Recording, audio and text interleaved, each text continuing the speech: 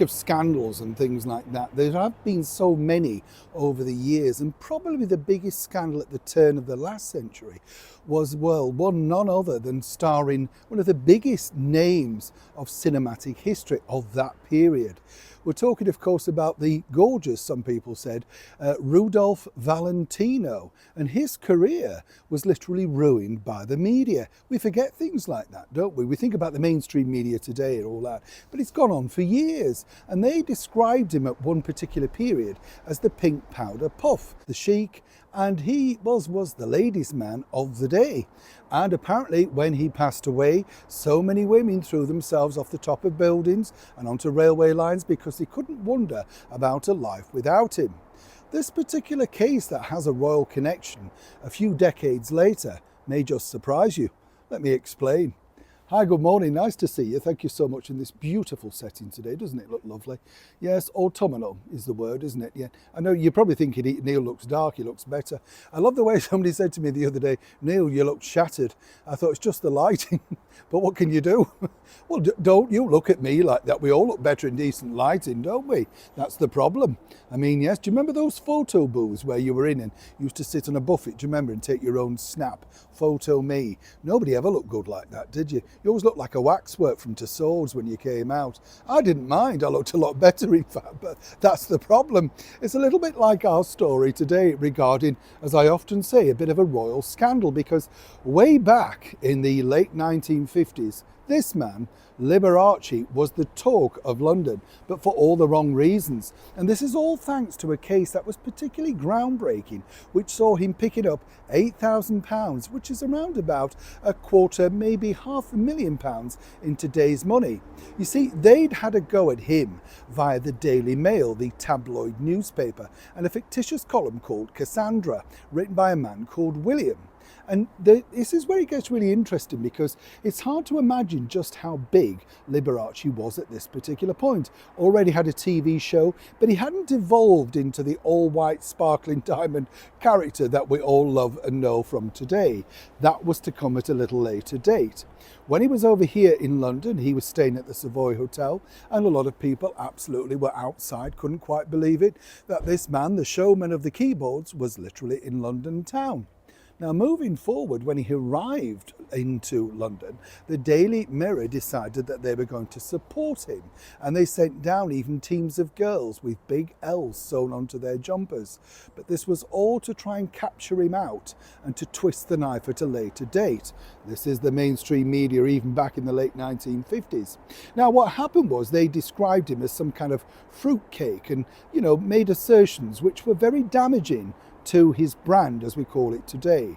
And this is a man, of course, who'd sold out the London Palladium and was just about to embark on a tour of the big theatres like the Finsbury Park Empire, Brighton Hippodrome, up in Sheffield, Leeds, all that sort of stuff, and it was going very well.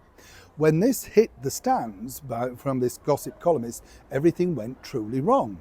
So where do the royals fit in? Well, this is where I find it's really interesting, because as you can imagine, he was very popular with the late and brilliant Queen Elizabeth, the Queen Mother. She loved Liberace, probably because she was probably the only person that wore more diamonds and furs than he did. Let's be honest, well, apart from the odd tiara.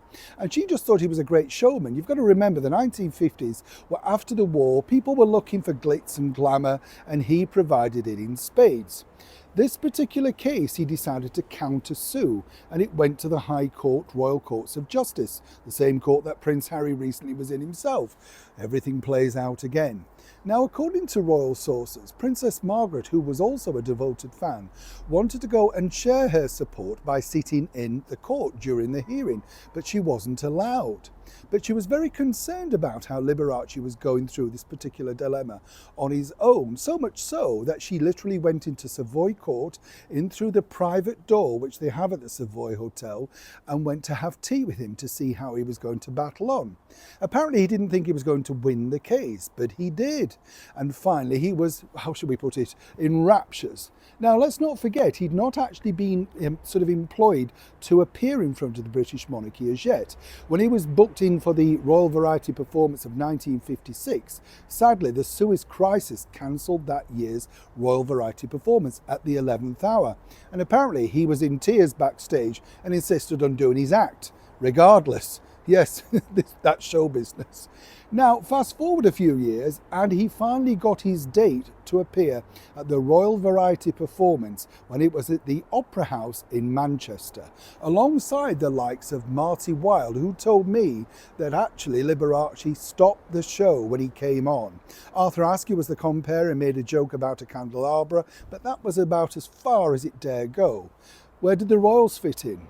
Well, apparently even Queen Elizabeth sent a congratulatory letter to Liberace, saying that she wished him all the best. She had enjoyed his performance at the Royal Variety performance, and for many years afterwards, Princess Margaret used to attend various shows that he came in, and often they went together to see Danny LaRue at his club called Winston's in the very heart of Mayfair.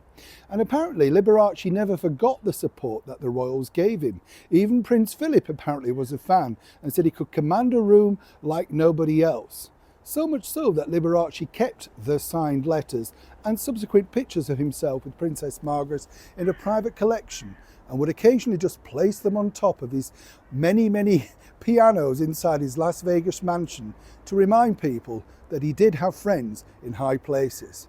And it's nice to know, isn't it, that behind the scenes the royals are supportive, even in very difficult and dark times. If that had got out into the media about Princess Margaret, well, she too would have been dragged into this whole sorry debacle. He remained the king of the keyboards for many decades, but sadly succumbed to the terrible illness that was HIV. And according to a source, Queen Elizabeth was very sad to hear that particular news. As she said, he'd brightened up a lot of very dark times in Great Britain. Now, I think we can all agree about that. Neil Sean in the very heart of Yorkshire.